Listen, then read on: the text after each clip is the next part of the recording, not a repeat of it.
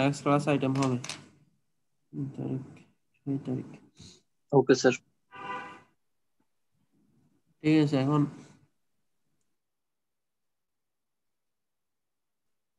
অ্যাটেন্ডেন্সটা দিয়ে দাও।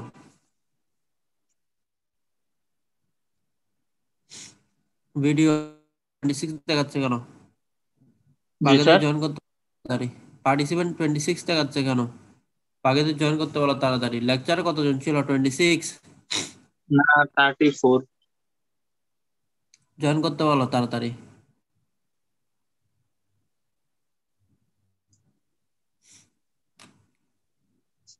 আচ্ছা, ততক্ষণ আমরা একটু ডিসকাশন করি। আজকে বেশিক্ষণ পড়াবো না, আমার শরীরটা ভালো লাগতেছে না।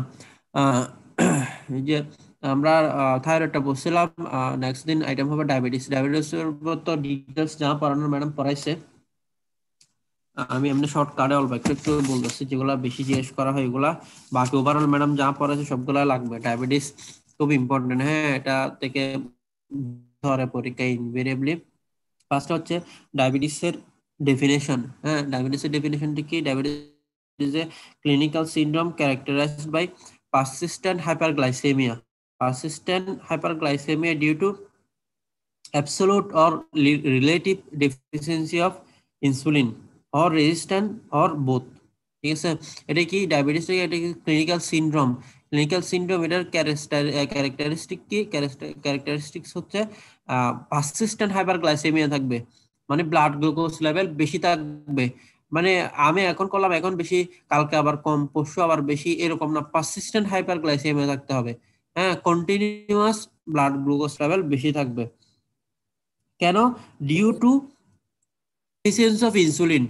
ইনসুলিন ডেফিসিয়েন্সি হওয়ার কারণে। এখন ইনসুলিন ডেফিসিয়েন্সিটা কিরকম হইতে পারে? দুই রকম হইতে পারে। একটা হচ্ছে অ্যাবসোলুট ডেফিসিয়েন্সি, আর একটা হচ্ছে রিলেটিভ ডেফিসিয়েন্সি। অ্যাবসোলুট ডেফিসিয়েন্সি মানে তার কোনো ইনসুলিন নাই। প্যানক্রিয়াস থেকে, যে প্যানক্রিয়াসের বিটা সেল থেকে যে ইনসুলিন রিলিজ হয়, ওখান থেকে কোনো ইনসুলিনই রিলিজ হচ্ছে না, এটা হচ্ছে অ্যাবসোলুট ডেফিসিয়েন্সি। আরটা হচ্ছে রিলেটিভ ডেফিসিয়েন্সি। রিলেটিভ ডেফিসিয়েন্সি মানে আছে, ইনসুলিন আছে, তবে ইনসুলিনটা অ্যামাউন্টে কম। ঠিক আছে, আর কি হইতে পারে? অথবা হইতে পারে রেসিস্টেন্স। ইনসুলিন আছে, খুব ভালোই আছে, কিন্তু ইনসুলিনটা তার শরীরে কাজ করতে পারতেছে না, তার শরীরে ইনসুলিনের এগেনস্টে রেজিস্ট্যান্স ডেভেলপ করছে। তাহলে একটা হচ্ছে ইনসুলিন ডেফিসিয়েন্সি, আরটা হচ্ছে insulin resistant, or both. Insulin deficiency আবার দুই ধরনের, একটা হচ্ছে অ্যাবসোলুট ডেফিসিয়েন্সি, আরটা হচ্ছে রিলেটিভ ডেফিসিয়েন্সি। তাহলে এটাই বলছে, it is a clinical syndrome characterized by persistent hyperglycemia either due to absolute or relative deficiency of insulin or resistance or both। Absolute অথবা রিলেটিভ ডেফিসিয়েন্সি অফ ইনসুলিন হবে, অথবা resistant, insulin resistant হবে, or both, অথবা ডেফিসিয়েন্সিও থাকবে একসাথে, relative রেজিস্ট্যান্সও থাকবে, দুইটাই থাকবে। হ্যাঁ, তাহলে আমরা জানি ইনসুলিনটা আসে করতে, ইনসুলিনটা প্যানক্রিয়াসের বিটা সেল থেকে আসে। Beta sell islands of Langerhans থেকে সেল থেকে আসে, ওখান থেকে ইনসুলিনটা রিলিজ হয়। হ্যাঁ, একদম টোটালি রিলিজ না হইলে, যেটা অ্যাবসোলুট ডেফিসিয়েন্সি, এটা মেইনলি ডায়াবেটিস, টাইপ 1 ডায়াবেটিস হয়। টাইপ 1 ডায়াবেটিস হয় অ্যাবসোলুট ডেফিসিয়েন্সি। আবার টাইপ 2 ডায়াবেটিসও একটা পর্যায়ে গিয়ে, ইনিশিয়ালি টাইপ 2 ডায়াবেটিস শুরু যখন হয়, তখন সেটা রিলেটিভ ডেফিসিয়েন্সি থাকে, মানে কম ইনসুলিন রিলিজ হয় বডি থেকে। কিন্তু একটা পর্যায়ে গিয়ে সেটাও আবার অ্যাবসোলুট ডেফিসিয়েন্সিতে কনভার্ট হয়ে যেতে পারে। তাহলে অ্যাবসোলুট ডেফিসিয়েন্সি হয় টাইপ 1 ডায়াবেটিসে মেইনলি, আর রিলেটিভ ডেফিসিয়েন্সি হয় টাইপ 2 ডায়াবেটিসে, আর হচ্ছে রেজিস্ট্যান্স মেইনলি টাইপ 2 ডায়াবেটিসে থাকে। এরপরে আসা হচ্ছে ক্লিনিক্যাল ফিচার। ক্লিনিক্যাল ফিচার কি? ক্লাসিক্যাল ফিচার আছে তিনটা, ডায়াবেটিসের। এটা হচ্ছে পলিউরিয়া, পলিউরিয়া, পলিজিপসিয়া, পলিফেজিয়া। পলিউরিয়া মানে হচ্ছে বেশি বেশি প্রস্রাব হবে, আর ডিপসিয়া মানে ইনক্রিজ থার্স্ট, বা বেশি বেশি পিপাসা পাবে, পানির তৃষ্ণা পাবে।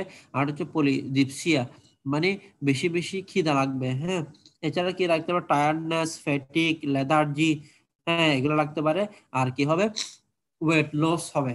ঠিক আছে, ওয়েট লস হবে। ইনসুলিন একটা অ্যানাবলিক হরমোন, অ্যানাবলিক হরমোন। হ্যাঁ, এটা ওয়েট গেইন,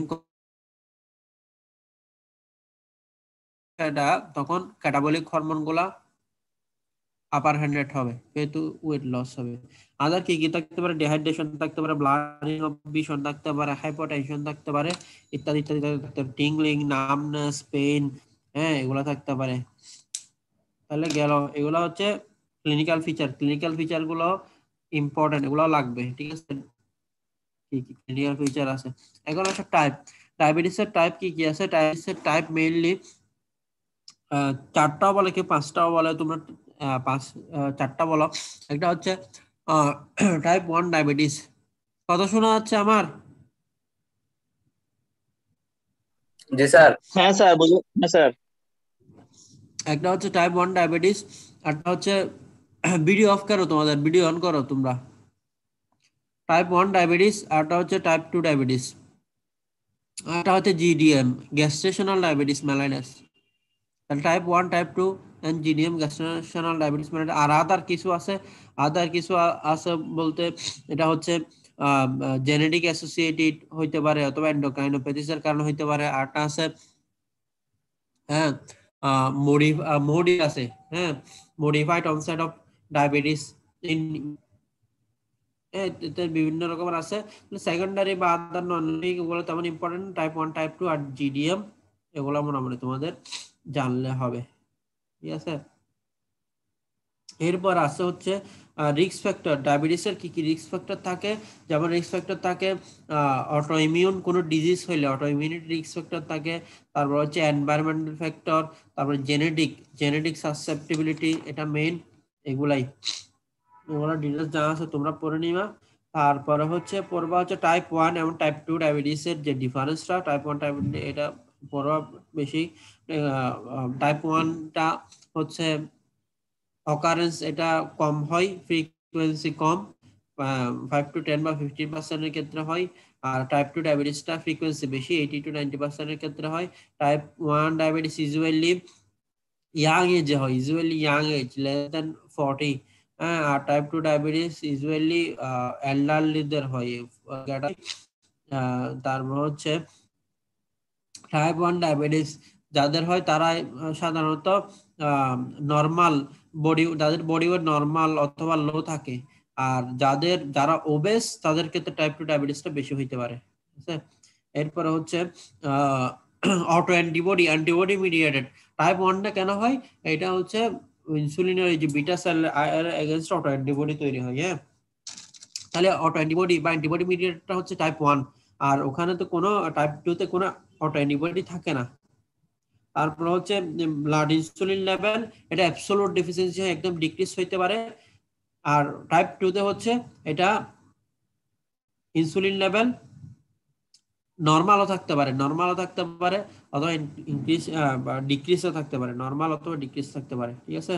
আর হচ্ছে ইনসুলিন ডিপেন্ডেন্স, ইনসুলিন ডিপেন্ডেন্সটা কিরকম থাকে? টাইপ 1 এটা পার্মানেন্ট, ওকে টাইপ 1 হইলে ওকে আজীবন ইনসুলিন দিয়ে যাইতে হবে, ঠিক আছে। আর এখানে টাইপ 2 তে ইনসুলিন ডেফিসিয়েন্সিটা হচ্ছে ওটা হচ্ছে টেম্পোরারি অথবা রিলেটিভ, হ্যাঁ কিছুদিন দিলে পেশেন্টের কন্ডিশন ভালো হইলে আস্তে আস্তে ইনসুলিন মাত্রা উইথড্র করা যায়।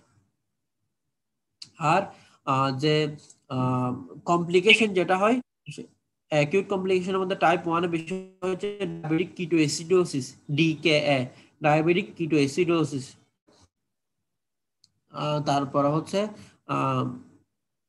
টাইপ 2 তে যেটা হয় সেটাকে বলে হাইপারসমোলার হাইপারগ্লাইসেমিক স্টেট, এইচএইচএস। এখন এটা এইচএইচএস বলে, হাইপারসমোলার হাইপারগ্লাইসেমিক স্টেট, হ্যাঁ। আগে বলতো হাইপারস্কোলার নন কিটোটিক কমা, ঠিক আছে। হর্ন বলতো hyper H O N K, H আগে বলতো H O N K, hyper osmolar non ketotic coma, H O N হং। এখন বলে HHS, hyper osmolar hyperglycaemic state, ঠিক আছে। এটা হচ্ছে ডায়াবেটিস, টাইপ 2 ডায়াবেটিসের অ্যাকিউট কমপ্লিকেশন। আর টাইপ 1 ডায়াবেটিসের অ্যাকিউট কমপ্লিকেশন হচ্ছে কিটোএসিডোসিস। এর বাইরে ডায়াবেটিসের যা আছে, তারপর আসো আচ্ছা কমপ্লিকেশন গুলো এখন বলে ফেলি। কমপ্লিকেশন কি হইতে পারে? একটা হচ্ছে অ্যাকিউট কমপ্লিকেশন, আরটা হচ্ছে ক্রনিক কমপ্লিকেশন। অ্যাকিউট কমপ্লিকেশনের মধ্যে যেটা বলে এটা ডায়াবেটিক কিটোএসিস, তারপর হচ্ছে diabetic coma, hyper osmolar hyperglycaemic state, এগুলো হচ্ছে অ্যাকিউট কমপ্লিকেশন। আর ক্রনিক কমপ্লিকেশনের মধ্যে দুই ভাগে ভাগ করবো আমরা। এটা হচ্ছে মাইক্রোভাস্কুলার কমপ্লিকেশন আর হচ্ছে ম্যাক্রোভাস্কুলার কমপ্লিকেশন। হ্যাঁ, মাইক্রোভাস্কুলার কমপ্লিকেশনের মধ্যে আছে তিনটা: diabetic retinopathy, diabetic neuropathy, diabetic nephropathy. হ্যাঁ, আবার বলছি, ডায়াবেটিক নিউরোপ্যাথি, নেফ্রোপ্যাথি আর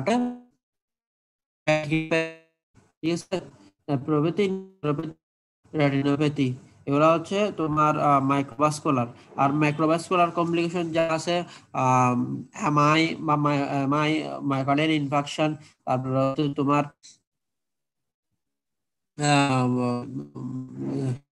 কিডনি ডিজিজ, তারপরে তোমার স্ট্রোক। হ্যাঁ, এগুলো হচ্ছে মাইক্রোভাস্কুলার কমপ্লিকেশন। ইয়াতে পড়াইছিলাম, কিসে পড়ানোর সময় কোন একটা টপিকস এর মধ্যে পড়াইছিলাম যে renal glycosuria, alimentary glycosuria, hyperglycaemia, senile glycosuria, এগুলো পড়াই না? রেনাল ফাংশন টেস্টে।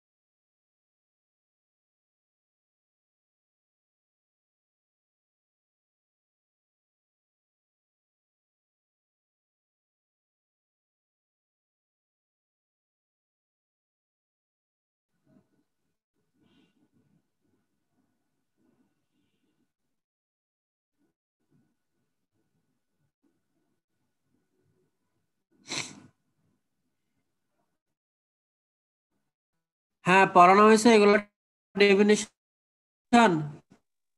গ্লাইকোসুরিয়া, রেনাল গ্লাইকোসুরিয়া ওগুলো স্যার।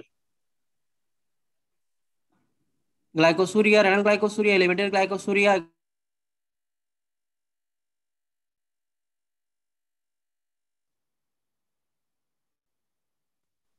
হ্যালো, জি স্যার, এগুলো পড়ানো হয়েছে। বুঝা যাচ্ছে না তোমার কথা? জি স্যার, এগুলো পড়ানো হয়েছে। হ্যাঁ বলো, বুঝা যাচ্ছে না তোমার কথা। পড়ানো হয়েছে।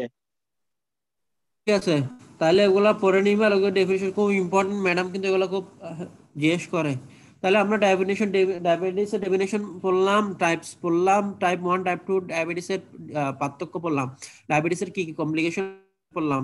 যদি কমপ্লিকেশন জিজ্ঞেস করে, আমি যেভাবে বলছি এভাবে বলবো। একটা হচ্ছে অ্যাকিউট কমপ্লিকেশন, একটা হচ্ছে ক্রনিক কমপ্লিকেশন। তারপর অ্যাকিউট কি কি আছে, ক্রনিকে কি কি আছে। ক্রনিক বলার সময় মাইক্রোভাস্কুলার, ম্যাক্রোভাস্কুলার এগুলো আলাদা করে, ঠিক আছে ম্যাডাম পড়াচ্ছে নিশ্চয়ই। তারপর হচ্ছে ডায়াবেটিস ডায়াগনোসিস আমরা কিভাবে করি।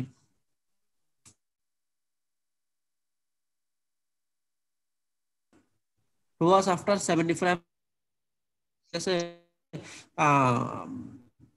75 গ্রাম গ্লুকোজ খাওয়ার পরে 2 ঘন্টা পরে ব্লাড স্যাম্পল নিবে, ওইটা দেখি আমরা। Fasting blood sugar 2 hours after 75 of gram 75 gram of haemoglobin A1C অথবা গ্লাইকোসাইলেটেড হিমোগ্লোবিন, HbA1c দেখি। ঠিক আছে, তাহলে এখন হচ্ছে ডায়াবেটিস আমরা কখন বলবো? যদি ফাস্টিং ব্লাড গ্লুকোজ বা fasting blood sugar greater or equal 7.1 millimole per litre হয়। আর 2 hours after 75 gram of glucose intake, এটা যদি more than or equal 11.1 millimole per litre হয়, আর HbA1c যদি 6.5 এর বেশি হয়। ঠিক আছে, এগুলা হচ্ছে এখানে অর যে কোনো একটা পাইলে হবে। হ্যাঁ, অথবা আমরা বলতে পারি যদি কারো ক্ষেত্রে র্যান্ডম ব্লাড সুগার যদি 11 more than or equal 11.1 millimole per litre হয় with classical sign symptom of diabetes, তাহলে এটাকে আমরা ডায়াবেটিস বলবো। ঠিক আছে, আর এর বাইরে আর দুইটা জিনিস আছে, একটা হচ্ছে আইজিটি আর হচ্ছে আইএফজি। আইএফজি মানে ইম্পেয়ার্ড ফাস্টিং গ্লুকোজ, আর আইজিটি মানে ইম্পেয়ার্ড গ্লুকোজ টলারেন্স। আইএফজি মানে খালি পেটে কারো সুগার মানে ফাস্টিং ব্লাড সুগার যদি 6.1 থেকে 6.9 মিলিমোল পার লিটার থাকে, সেটা হচ্ছে আইএফজি। ইম্পেয়ার্ড ফাস্ট যদি কারো 2 hours after random blood sugar যদি 7.8 to 11 মিলিমোল পার লিটার থাকে, 7.8 to 11 মিলিমোল পার লিটার, সেটাকে আমরা বলবো আইজিটি, ইম্পেয়ার্ড গ্লুকোজ টলারেন্স। ঠিক আছে, তাহলে এটা হচ্ছে ADA criteria, W H criteria madam নিশ্চয় সুন্দর করে পড়াইছে, এই আর কি। তাহলে তোমাদের জন্য ডায়াগনোসিসটা খুব ইম্পর্টেন্ট। ঠিক আছে, এডিএ ক্রাইটেরিয়া বা ডাব্লিউএইচ ক্রাইটেরিয়া, এডিএ ক্রাইটেরিয়া বা ডাব্লিউএইচ ক্রাইটেরিয়া ডায়াগনোসিসের, এটা পড়ে নিবা শিনিবা। এখানে একটা কথা আছে, in asymptomatic patient to diagnostic test R required to confirm diabetes. কোনো পেশেন্ট যদি সিমটোমেটিক থাকে, সাইন সিমটম কি বললাম, পলিউরিয়া, পলিফেজিয়া, পলিডিপসিয়া, এগুলো যদি থাকে, ওয়েট লস থাকে, তাহলে একটা স্যাম্পল যদি বেশি পাওয়া যায়, ডায়াবেটিক লেভেলে পাওয়া যায়, তাহলে আমরা ডায়াবেটিস বলতে পারবো। কিন্তু যদি পেশেন্ট অ্যাসিম্পটোমেটিক হয়,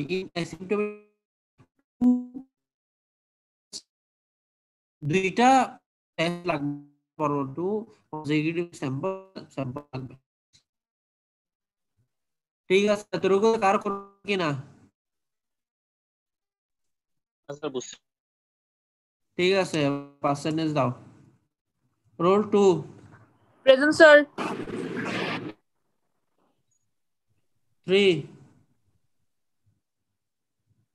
রোল 3 নাই। রোল 4। Present, sir.